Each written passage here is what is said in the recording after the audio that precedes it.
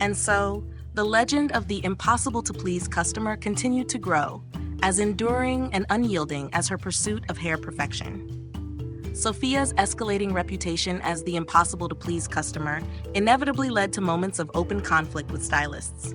Her drive for perfection clashed with their professional pride, creating tension that was impossible to ignore. At a chic midtown salon, Sophia had spent 15 minutes explaining her vision for soft, flowing layers. "I don't want anything too choppy," she emphasized. "It needs to blend seamlessly, like this." She handed the stylist a photo, pointing at every detail. The stylist, a seasoned professional with years of experience, nodded confidently. "Got it. Trust me, you'll love it." When the chair turned to face the mirror, Sophia's eyes immediately narrowed. The layers were far from seamless. They were uneven, with some chunks shorter than others. She ran her fingers through her hair, the tension building in her chest. "This isn't what I asked for," she said, her voice tight but controlled. "It's exactly what you described," the stylist replied, crossing his arms. "This is how layers are supposed to look." "No," she snapped, standing up. "This looks rushed and amateur. Do you even know how to blend layers properly?" His face flushed. "I've been cutting hair for 20 years. Maybe you're not explaining yourself clearly." The argument spiraled into an awkward standoff, other customers sneaking glances while pretending not to listen. Sophia eventually left without paying, vowing never to return. At an upscale salon specializing in color, Sophia was clear about her vision: an icy blonde with no warmth whatsoever. The stylist, a trendy woman with lavender hair, assured her it would be perfect. Hours later, the foils were removed and the blow-dry began. As the strands revealed themselves, Sophia's chest tightened. The blonde was warm, too warm and streaked with brassy undertones. "This isn't icy blonde," she said, her voice sharp. The stylist set down her brush, visibly annoyed. "It'll tone down in a week or two. It's impossible to get that cool tone in one session." "That's not what you said earlier," Sophia countered. "You guaranteed icy blonde, and this is yellow."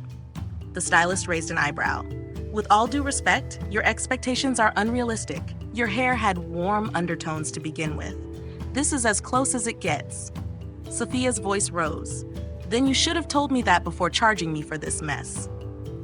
The conversation grew louder, drawing the attention of other clients. The salon manager had to step in, offering a partial refund just to defuse the situation. After weeks of deliberation, Sophia finally decided to get bangs. She sat in the chair of a trendy downtown stylist and showed him a picture of wispy, side-swept bangs. "They need to be light and delicate," she stressed. When the scissors finished their work, Sophia's heart dropped. The bangs were blunt, heavy, and cut far deeper into her hairline than she had wanted. "This isn't what I asked for," she said, her voice trembling. "They'll grow out," the stylist replied with a dismissive wave. "That's not the point," she shot back, her frustration boiling over. "I trusted you, and you completely ignored what I wanted." He sighed, exasperated. "Look, I gave you a modern style. Maybe the problem isn't the cut, it's that you're not open to change."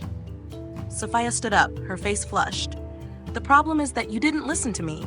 I don't care about your idea of modern. It's my hair." She stormed out, her heavy bangs bouncing mockingly with every step. These clashes only deepened the divide between Sophia and the salons she visited. For her, they were battles for control over her own appearance. For the stylists, they were battles for professional respect. Each conflict left her feeling more misunderstood, while the stylists felt drained by her unrelenting quest for perfection. One day, while scrolling through social media and glancing at glowing reviews, Sophia stumbled upon the name of a high-end salon downtown that seemed to be the talk of the city. The pictures in their posts showcased flawless hair, glossy waves, perfectly blended balayages, and precision cuts that framed faces like works of art. Friends and acquaintances gushed about the place, calling it a miracle salon where stylists worked magic and turned hair dreams into reality. Intrigued but cautious, Sophia pored over every detail. The salon's website was as sleek as its reputation, showcasing testimonials from influencers and celebrities. Words like meticulous, bespoke, and transformative danced across the page. The stylist profiles read like resumes for artists rather than hairdressers. Years of experience, advanced certifications, even international training. Maybe this is it, she thought, her heart fluttering with a mix of hope and skepticism. She booked an appointment with the salon's creative director, a stylist named Elena, whose bio proclaimed her as the queen of precision cuts and flawless color transitions.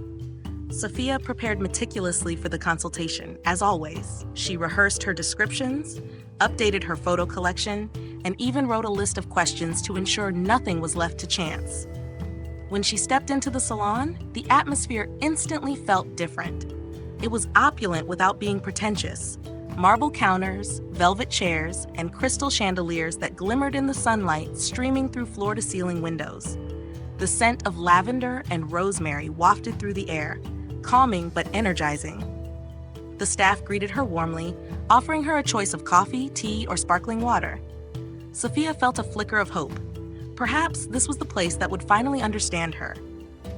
Elena herself emerged shortly after, her presence as commanding as her reputation. She was tall, poised, with an effortless elegance that made her look like she belonged in a fashion magazine.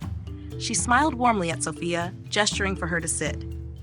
"Tell me everything," Elena said, her voice smooth and confident.